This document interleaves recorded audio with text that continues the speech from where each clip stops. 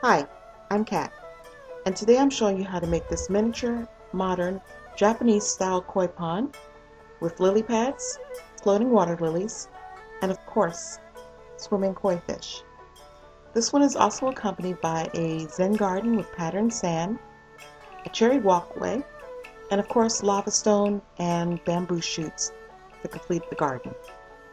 On the opposite side is a stone lantern that on a dark, cold evening lights up to provide heat.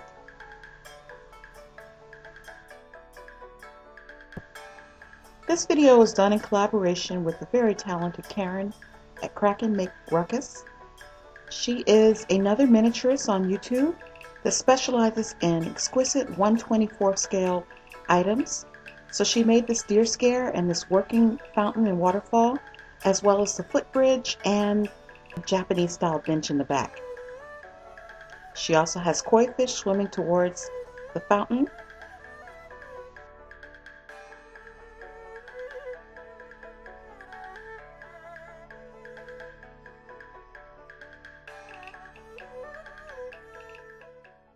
So for this video, I'm doing this a little bit different. In addition to the normal popsicle sticks and scrap wood that I'm using here, I'm also using some sand and basically some weeds that were outside. These are from cut grass and also from ornamental grass. Additionally, I'm using two types of caulking, one that's white and dries clear and another that is clear, spackle, and 3 hole punches. Now, I went to Walmart and I purchased a 8x10 frame. But I'd always been told by an art teacher that you go big or go home, and if it's going to be ugly, make it big and ugly. So I upgraded for an 11x14. Then I used silicone caulking on the back and all 4 of the quadrants, as well as on the front. You want to do this a few days ahead of time because it takes 24 hours to dry on either side.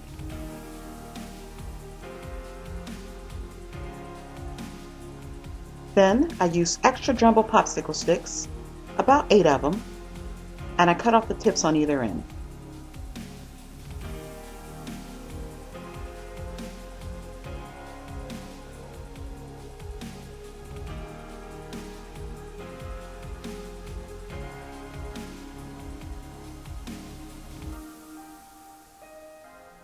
Glue them along the long side of the frame.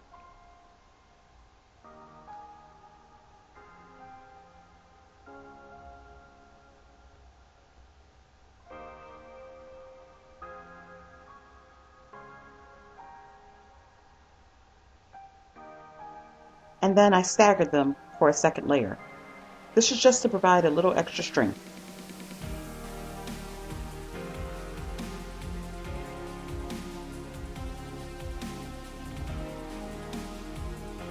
And I did half of the side the same manner. Then I used some scrap balsa wood to build it up at 1/2 inch and put the additional wooden plank at the top.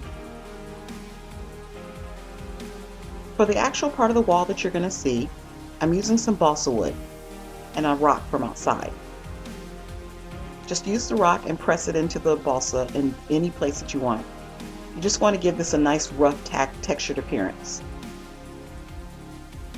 Then you can use broken off pieces of balsa from previous projects and glue them on as well.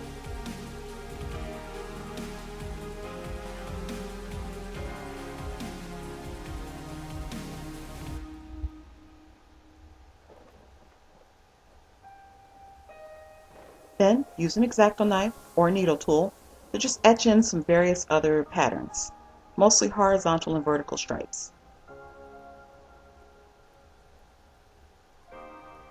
I'm going to glue this plank on the inside wall, and I also glued planks on the outside wall as well.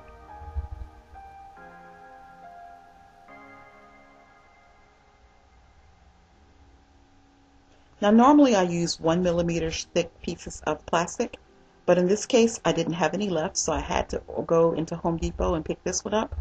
It's 2mm and a little thicker and stronger than I'm used to, so I chipped it off on the side, but it's no matter because I'm using caulk, and you can just glue that in place and then caulk along any of the cracks or bends that you have in there.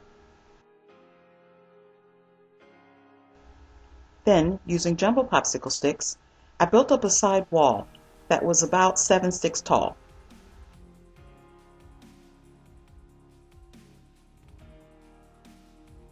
And for the very last stick, I cut that one into thirds and then cut the middle piece into thirds as well.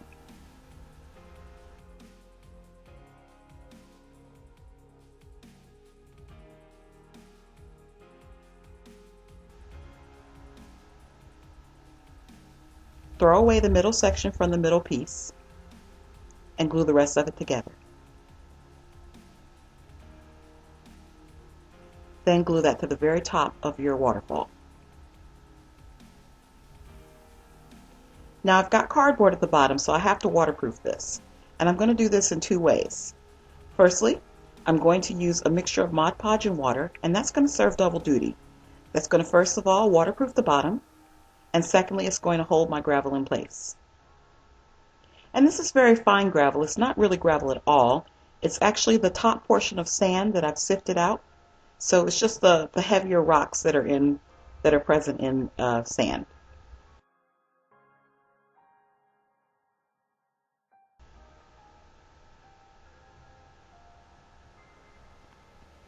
And that's going to actually build your second waterproofing. Then I mixed up a stain of mostly brown with a little bit of black and add quite a bit of water to it and brush that on the side walls.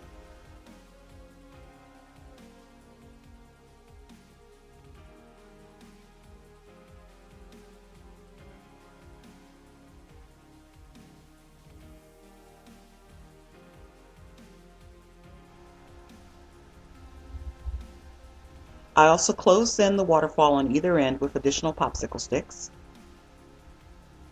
And then I laid out how I wanted my water fountain to go. Mark it off, and then you can water down some glue and paint the top.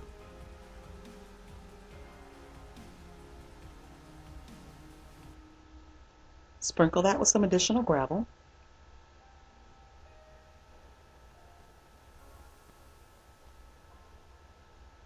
But make sure to clear out any gravel from where your fountain is going to go.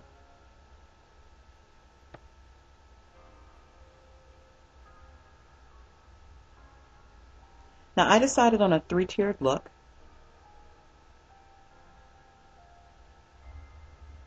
So I'm going to break off pieces of balsa.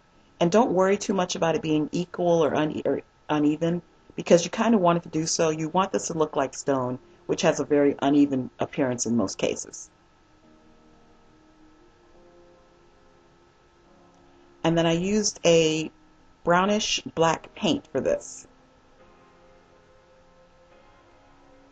I like metallic paints whenever I'm working with stone because it gives a hint of mica underneath it. And allow that to dry and glue it in place. Then I used this clipping from some cut grass. It's already dried out. It's been in the house for a few days.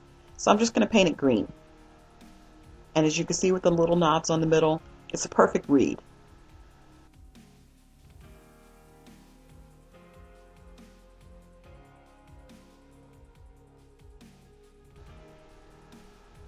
I'm also going to go on ahead and show you how I made my lily pads now.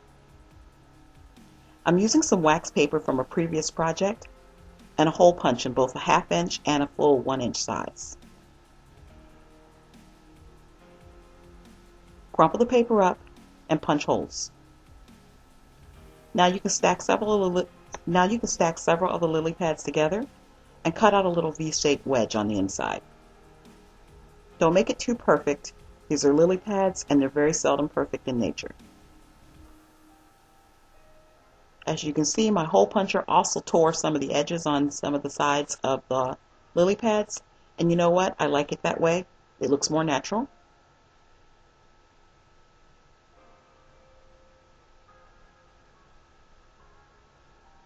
Then, although you really won't see this on the picture, I'm going to tell you what I'm doing here anyway. I'm using some fishing line and some transite. And I'm going to cut this into little small strings and paint them in a light green.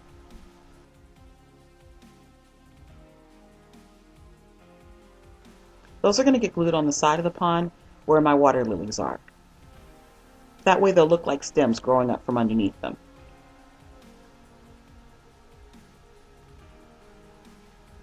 Glue the painted grass clippings in place, and you can also glue down any additional rocks or other decorations you want on the inside. In the middle, there is a little piece that has some transite hanging out from it. That was my attempt at a fountain. It failed, and we'll never speak of it again. Now I'm going to use some resin, and this is the last little bit of my easy cast, so I'm going to use this for my base because you're not going to see it, and as you can see, it's quite dark.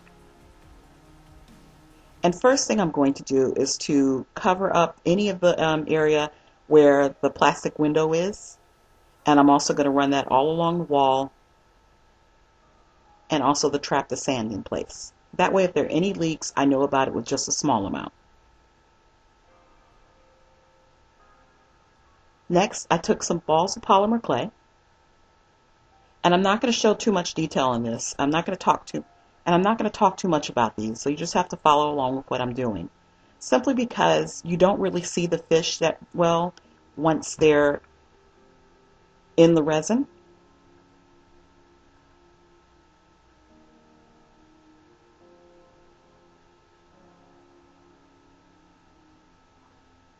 But I will also provide a link to 2 other previous aquarium videos where I do make my fish with a little more detail. And that will be in the description box.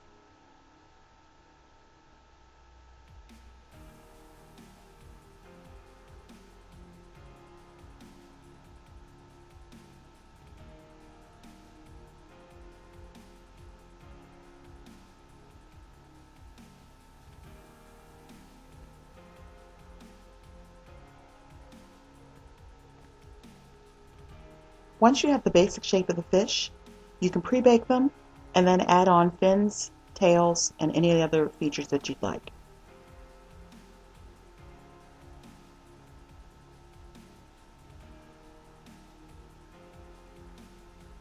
I couldn't resist curving these in a Pisces fashion. Then bake them again, and you can paint them with a metallic white paint. And I definitely like metallic paints for fish because it gives them an iridescent, otherworldly quality. And of course these are koi, so mostly orange, yellow, black, red, white. Put those to the side and allow them to dry. And in the meantime, you can start making the curtain of your waterfall. I'm using silicone for this. This is the white one that dries clear. And I'm basically going to put this down in little sheets on top of a sheet of glass. It takes about 24 hours to fully dry. So at about the 12-hour mark, I went through and punched holes in it. And that just hastened up the drying time. Then you can peel it up with an X-Acto knife and drape it over the sides of the stone that you're using for your fountain. Glue it in place with E6000 or with some additional silicone. And then I'd already poured a second layer of resin and I trapped like 3 or 4 fish in. And this is going to be the part of the third layer of resin. So I'm going to pour resin directly down over the silicone. And once that's cured, I'm going to go through with the actual silicone again. And you're going to want to put a good amount of this caulking all along the bottom of your waterfall. Go crazy. It's fine.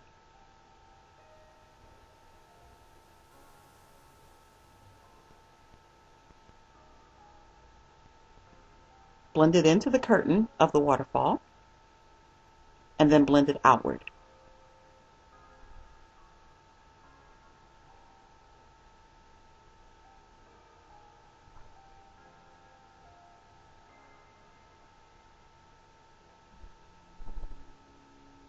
You can also go on ahead and use this time to fill in any gaps in the water.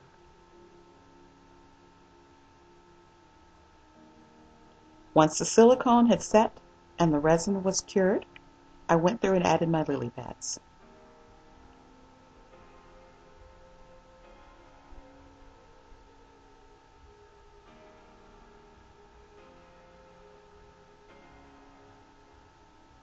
You want to keep the edges on these curled up. So I went through and decided I was going to re-emboss them again.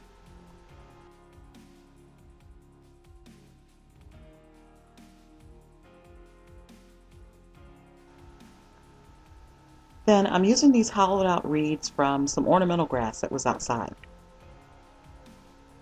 They look just like bamboo to me, so I decided I would use them as that. These are already dead, so I don't have to worry about anything bad happening. But because I don't want it to look like I have dead bamboo in my garden, I'm going to paint these green too. 2 different shades should do.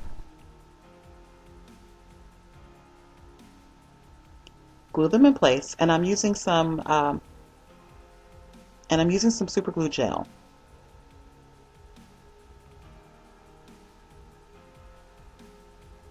And I'm trying to give this a very geometric appearance with in between some more natural elements. So I decided to make some very smooth lava stone. So I blended together some black and a little bit of white and loosely marble it. And then glue those in place. Now it was time to cover all my fancy and pretty artwork from earlier. And I'm just color blocking these so that I know exactly what goes where. I used some turf grass that I bought last year. And I'll provide the links to these things in the description box as well. And I'm also using coffee stir sticks along a bed of popsicle sticks. This is going to raise my walkway off of the ground. I made a stain with brown and mostly red paint. And then I went on ahead and stained the walkway. You may need to add 2 or 3 coats to get it as deep as you like. And then although I don't show this, I did go through and varnish it afterwards.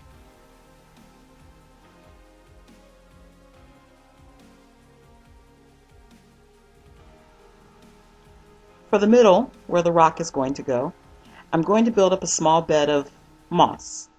But I'm not actually using moss for this. I'm going to use some spackle and just smooth that in place and give that about an hour to dry. At the 30-minute mark, I went through and textured it with a stiff brush, but I left the middle plain. Then I gave it a coating of dark brown paint and then green in the middle. Add a little bit of glue and then sprinkle on some coffee grounds. This is just going to help give you a little more texture. You're not going to see the grounds or even the color for that matter. And then I glued my rock in place, and while that was drying, I went on ahead and used some more natural green paint that had a lot more yellow to it, and painted the grounds and the middle part where the moss is supposed to be. For the gravel, I'm using some old polymer clay. This is the type that already crumbles on its own, so I couldn't really use it without really conditioning it for anything anyway, so I decided to use it for gravel. I'm using white, a little bit of silver, and the very last little bit of black that I have. Once you have it chopped up, you can bake it and then put it in a small dish and use any small hard objects. I'm using a nail polish bottle to grind it up. And there, you have miniature gravel.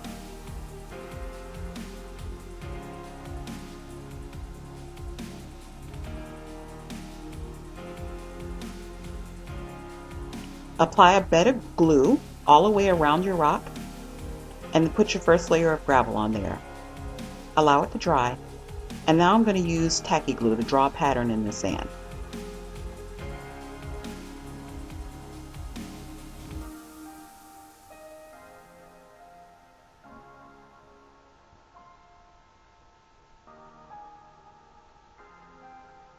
Sprinkle the rest of the gravel on top, and once that's dry, you can tap off the excess.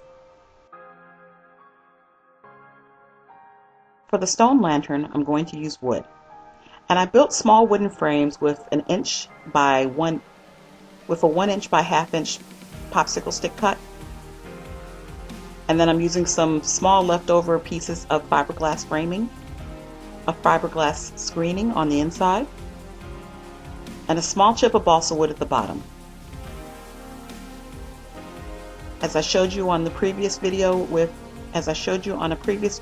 the toilet one, you can cut through balsa with a straw. So that's what I did here.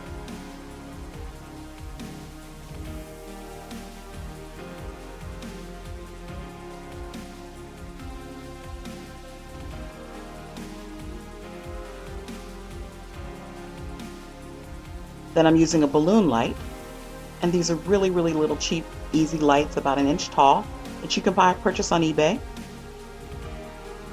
And I just inserted that through the bottom and glued it in place.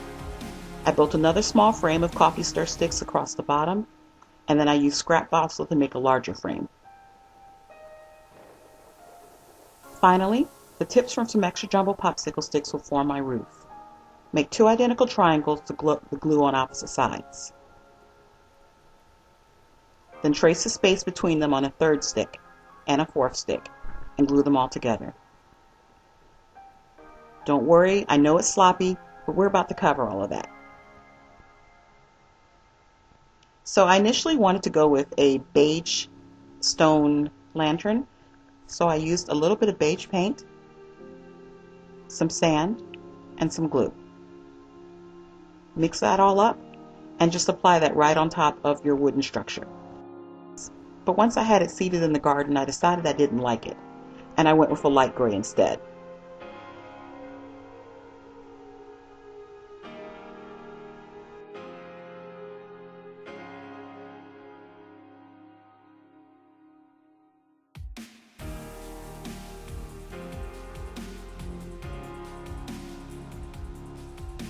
Now there's a small seating area around the pond, and I made that by using a 6-inch strip of balsa, and then I painted this in the same stain that I used for the water fountain, but I added a little bit of brown. Now I'm actually not going to go through and grout these, so just to give the look of grout, I put a little beige paint on the ends. Cut those in 1/2-inch pieces and glue them back together all along the side of the fountain.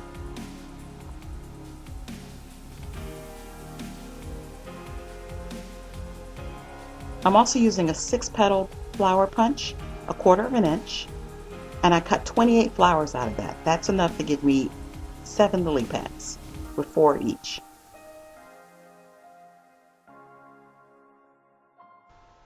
You can use your ball tool to stack them on top Then use your ball tool to stack them on top and glue them in place.